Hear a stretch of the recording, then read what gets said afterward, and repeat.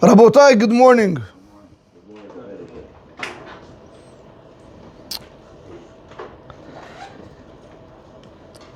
We started speaking about yesterday that if a person did not recite Kriyat Shema before Baruch Shemar and the time was coming to an end, like we explained in yesterday's class, we said that you are allowed to say the whole Kriyat Shema in the middle of the Pesukei Zimra itself. Rabotai, but you should also know, I did see in the poskim, they explained over there, which is a very beautiful chiddush. We'll see B'ezrat Hashem later on. There is a halakha that states that if you are trying to catch up with the Chazan in the Shemona Esrei, or for whatever reason you have to be able to daven quickly, you're able to say Baruch Shemar, Ashrei Yoshem, meaning Tehillah LeDavid, and Yishtabach. You can skip out all the other Pesukei Zimra, and then you begin the Berachot of Kriyat Shema, etc.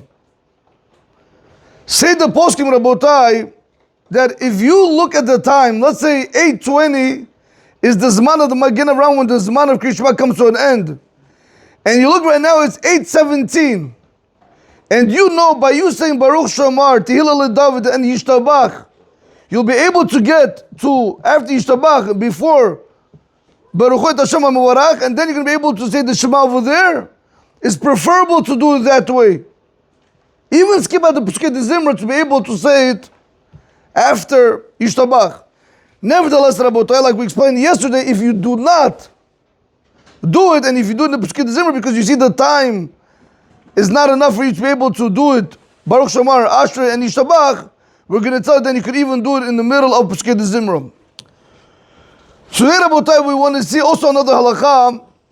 What happens if a person forgot to bless Birkot HaTorah? If you guys remember, we learned at one point, there are some rabbis that want to learn that it is asur, we don't hold halachically like this, but it is asur to even say verses of Pesukei Zimra if you did not say Birkot HaTorah. So you began Baruch Shemar, and now you remembered Gindin, you did not say the Birkot HaTorah. It happens, no Misha. Rabotai, what do? Do you stop in the middle of Pesukei Zimra and do you say the Berachot of the Torah? Or do you wait until you say Yishtabach?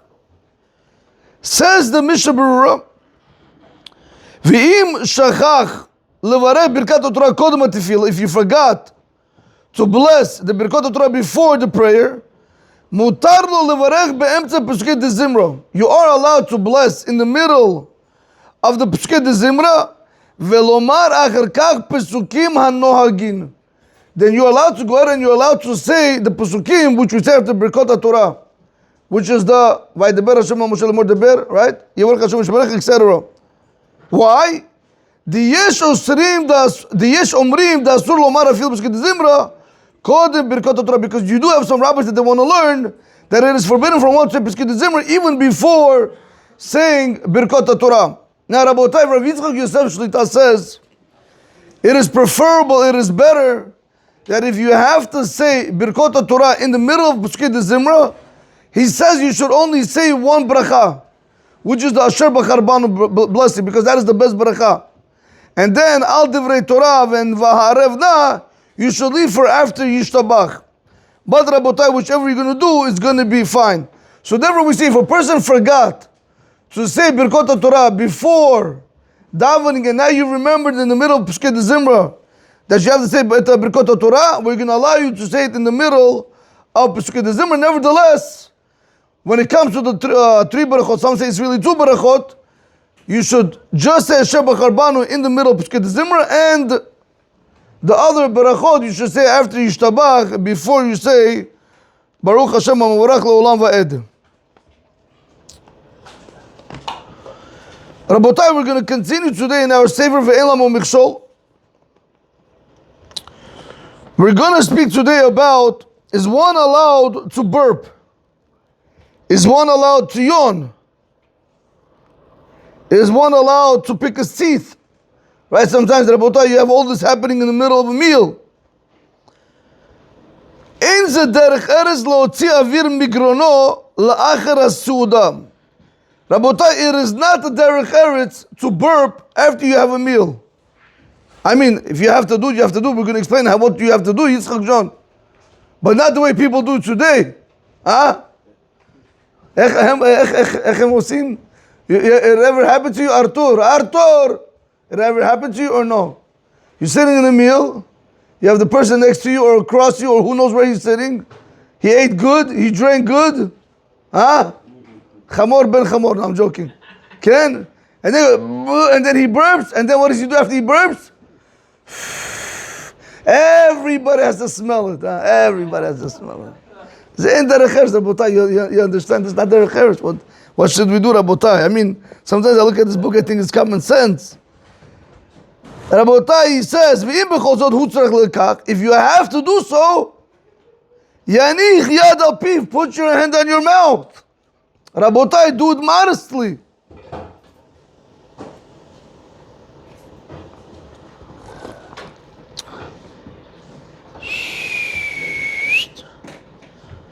Rabotai, you know there's a Gemara Masechet Pesachim. I'm just going to go off tangent for a second.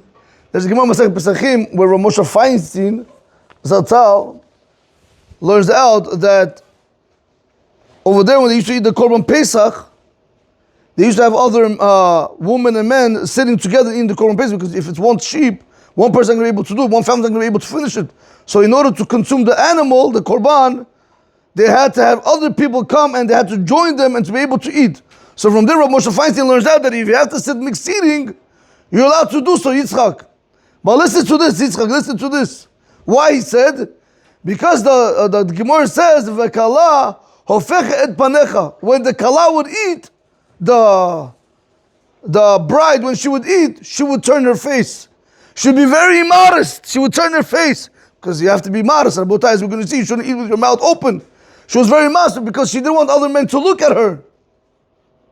Rabotai, that's when Rav Moshe Feinstein said you're allowed to go out and you're allowed to have mixed eating. When the men are normal, the women are normal, everybody's, has the guys wash their eyes, the woman did dress properly, she turns away. Over there, Rabotai, we're going to tell you allowed.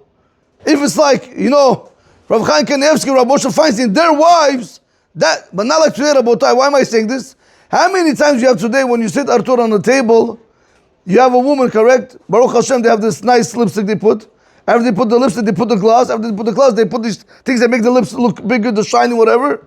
And then while she's eating, she's smiling. She's showing everybody her teeth, correct? Rabotai, that's not derech eretz. That is not derech eretz, Rabotai. You guys have any idea that anything that a woman does can turn a guy on? You guys know that or not? Don't look. Don't sit. Don't sit over there. Don't look. No, you're right, but I'm trying to, of course you shouldn't look, but I'm trying to tell you that anything can turn a guy on. Therefore, the halacha states, we'll see this later on, that even if your own wife, she has opened like this a little bit, and now you want to say the bedtime of the Kriya Shema, or you want to learn Torah, or you want to speak to your wife Divrei Torah, it's also for you to say it. You can't say that because that's an error. You can't say it because we're afraid that's going to remind you of bad thoughts. You're not allowed to do it.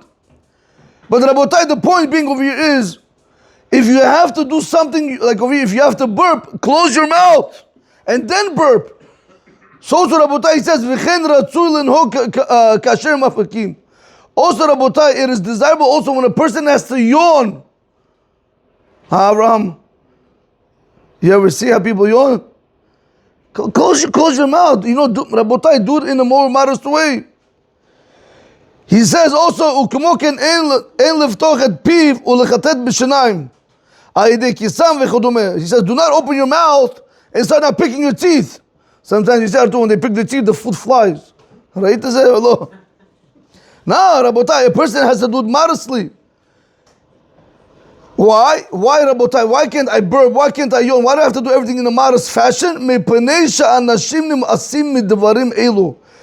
Rabotai, you have people that they become disgusted in these things.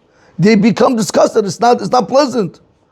וכן, so he says, שיש להקפיד לאכול בפה סגור כדי שלא יראה המאכל שבפיו לחבר. So he says, one should be particular to eat with his mouth closed in order for the food not to be seen in his mouth to his friend.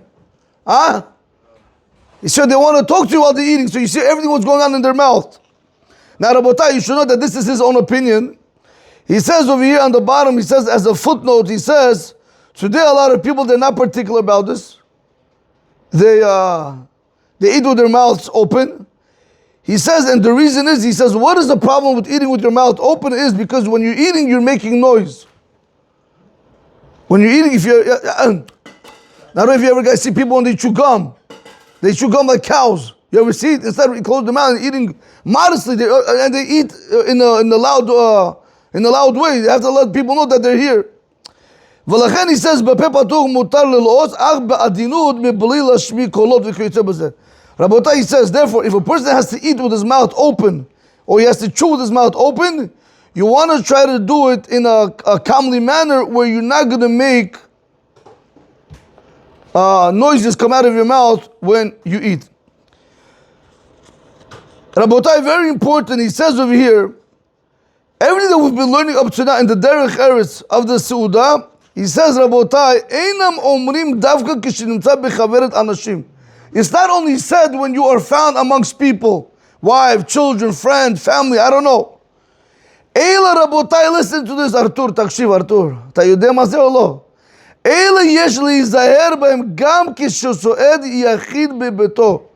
Even when you are eating by yourself in your house, you have to act b'derech eretz.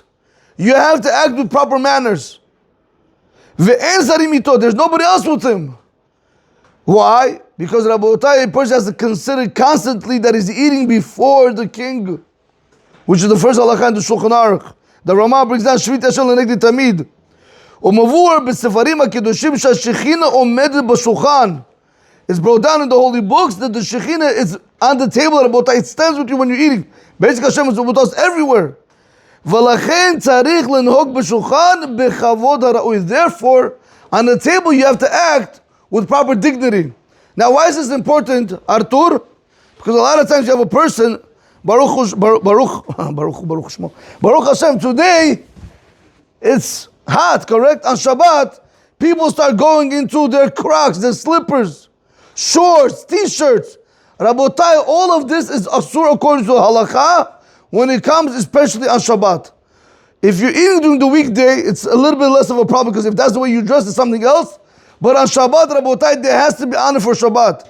What do people do? They come to shul, they look nice, suit, tie, etc. They come home, they start going in their gowns, their pajamas. That Rabotai is not allowed to be done. Artur or not. That's what Rabotai, we have to be careful. Whether we are sitting by ourselves, whether we are sitting with people, we constantly have to act in a proper fashion. Baruch Adonai Olam. Amen. Amen. Rabbi Chanan ben Akash Omer Baruch Hu.